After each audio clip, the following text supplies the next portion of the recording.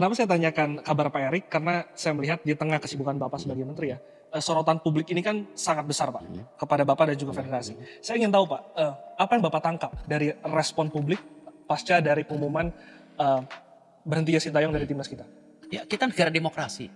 Semua bisa berbicara dengan konteks yang baik, menghargai perbedaan, itu hal yang lumrah. Gitu. Yang saya berharap kembali, saya mengingatkan bahwa jangan misalnya contoh kejadian kita gagal waktu itu satu game di playoff Olimpiade, ya, tapi terus kita emosi mengeluarkan kata-kata yang kurang baik kepada sahabat-sahabat kita di Afrika. Ya, sepak bola jangan ke area yang seperti itu. Gitu. Maksudnya kan kalau kejadian misalnya kemarin waktu di Bahrain ya udah. Tapi kita bisa kasih lihat bagaimana juga kita menjadi hal yang positif ketika kita kalah dengan Jepang, tetapi wasitnya juga kita hargai. Nah itu yang beauty dari sepak bolanya, harus konteksnya dikembalikan gitu. Jangan hate speech, terus pembunuhan karakter gitu. Itu kan dinamikanya biasa di bola. Nah ini yang saya berharap semua ini jadi proses pembelajaran. Karena kan membangun sebuah sepak bola Indonesia itu juga perlu kesabaran, tapi juga perlu kepastian, tapi juga saat bersamaan ya kita harus bersatu gitu, menjalankan segala perbedaan ini. Saya tahu Pak Erik ini adalah sosok yang paham sepak bola dengan segala track record Bapak. Dan saya juga yakin Bapak banyak masih kekurangannya masih. Tapi saya yakin Bapak itu bola sangat tuh tidak ada yang berhitung. sempurna. Bola tuh nggak ada yang sempurna, mesti ingat ya. Bahwa dibilang bola itu 1 + 1 jadi 2, enggak. Bola itu kadang-kadang 1 + 1 bisa jadi 3. Ya. Tapi bisa juga jadi 1 + 1 tetap 1. Jadi kita se-expert-expertnya di sepak bola pasti ada kekurangan. Ya, karena itu penting sekali sebelum mengambil keputusan itu pasti kita juga memperbanyak informasi. Diskusi untuk mengurangi mistake, kesalahan. Itu pertanyaan saya Pak, seberapa lama durasi yang Bapak ambil untuk bisa mengambil keputusan besar kemarin, dan juga siapa saja pihak-pihak yang Pak Erik ajak bicara? Ya gini, kalau soal keputusan dibawa pakai emosi itu bukan keputusan. Ya, kita kan diberi amanah itu untuk sebuah kebaikan. Nah ya memang pemikirannya itu ya sejak waktu sama China. Artinya itu Ya, Oktober tapi ya? iya, tapi kan saya juga mesti berdiam, bersabar, harus tetap support 100%. Yes. Ya dong. Jangan gara-gara ego. Ini kan tim nasional bukan milik saya. Iya kan? Bukan milik Glenn. Yes. Bukan milik PSSI, bukan milik siapa-siapa gitu. Ini milik bangsa kita. Tidak ada individu di atas daripada tim nasional. Gitu. Ini yang kita mesti samakan persepsinya.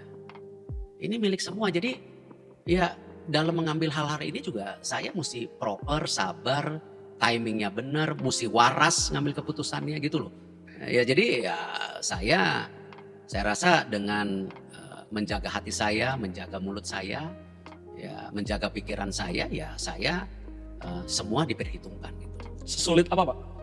Ya sangat sulit, tetapi kan kembali ada kata-kata kemarin ya yang saya terus terang sangat amat sedih gitu. Oh ini tekanan mafia bola, ya Masya Allah. Saya menghindar dari sepak bola Indonesia karena saya melihat ini sebuah gunung es yang harus ditabrak, nggak mungkin. Nah saya berani melakukan itu ketika apa sih? Karena saya selalu bilang, di mana PSSI menyadari harus terjadi perubahan di stakeholdernya, makanya saya dipilih. Tetapi dukungan dari FIFA dan pemerintah satu, ya tidak ada FIFA melihat sekarang dengan keberadaan saya dengan dukungan pemerintah, intervensi government, enggak. FIFA senang, ini bagus selama aturan rule of the games-nya benar gitu. Ya, FIFA pun ya menghormati itu gitu. Makanya sekarang kita bisa tabrak. Bagaimana sekarang di Liga 1 match fixing? Coba tanya owner-owner lah, tanya pemain. Ada nggak sih alarmnya bunyi setiap game? Enggak. Liga 2 masih ada saya bilang. Gitu loh. Nah kita juga akan sikat mafia-mafia. Cuman kalau tiba-tiba Erick Thohir, siapa yang bisa? Track record saya nggak bisa. Masa terus tiba-tiba ini gara-gara mafia. It's not me lah kalau gitu, bukan salah pilih inilah kalau itu. Ya. Tapi kalau Dan itu saya sangat keberatan. Karena kalau saya dibilang ditekan-tekan sama mafia, saya bukan orang yang bisa ditekan-tekan. kalau tekanan dari dalam Pak, dari Nggak federasi? Nggak ada, ini semua pikiran waras.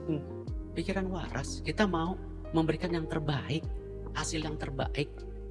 Ya, tadi kan mimpi itu, Piala Dunia itu mimpi, tapi harus dijalanin kesehariannya, bukan hanya mimpinya.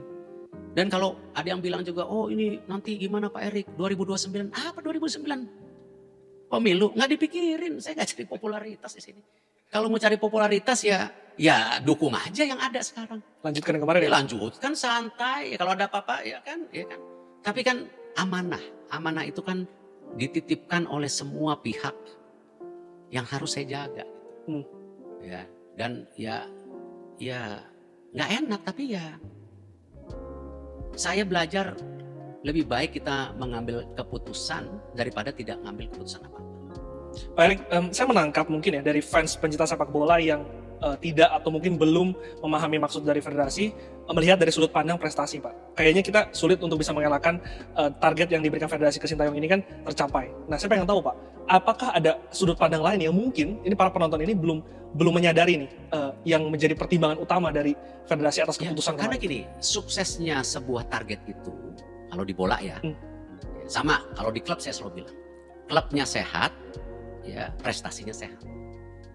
Ya, memang nggak gampang punya dua-duanya.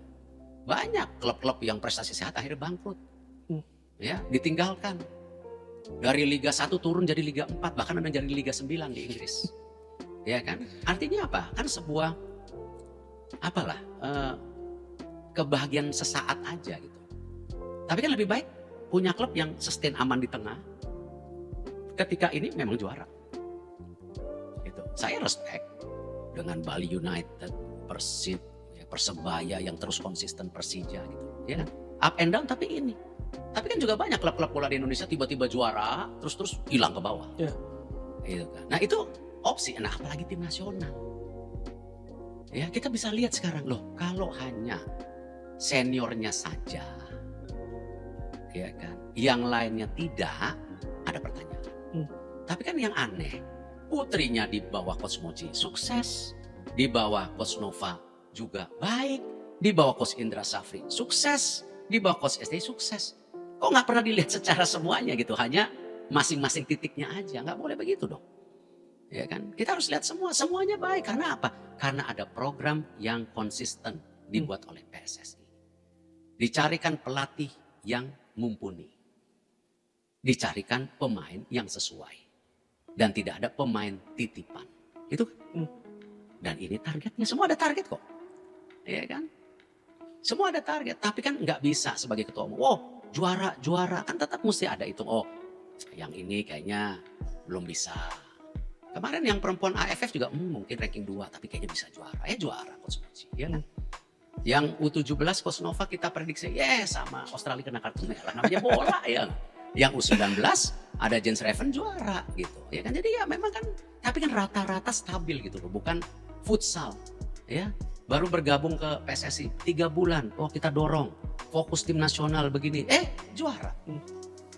Kan nggak bisa dilihat hanya grup ini, nggak bisa lah. Orang ini kan semua merupakan satu kesatuan. U17, U19, U23, ini kan naik gitu. Ya kan? Nah hal-hal seperti ini yang saya lihat ya tadi, semua itu merupakan satu kesatuan proses. Ya, program baik, pelatihnya baik, pemainnya baik. Kita nggak mungkin lah, ya Pep kehilangan Rodri pusing. Ya coba, kita kalau kehilangan beberapa pemain inti kita di U17 anggap, Coach Nova pasti pusing. Ya kan? Coach Indra, ini persiapan U20, si tim sama ini belum dinaturalisasi, belum kuat backnya kita. Depannya udah oke. Dan mayoritas pemain lokal ya, karena kan kita udah sepakat. Kalau yang namanya senior tim, udahlah. Itu lihat tuh, kita kan harus bangga. Coba kita komparasi data. Sekarang tim senior kita ini, ya Jepang itu 21 pemain main di luar negeri. Jepang. Ya. Habis itu Australia 19 pemain main di luar negeri. Ya, nomor 3 sama 4 siapa coba kira-kira? Indonesia belasan ya?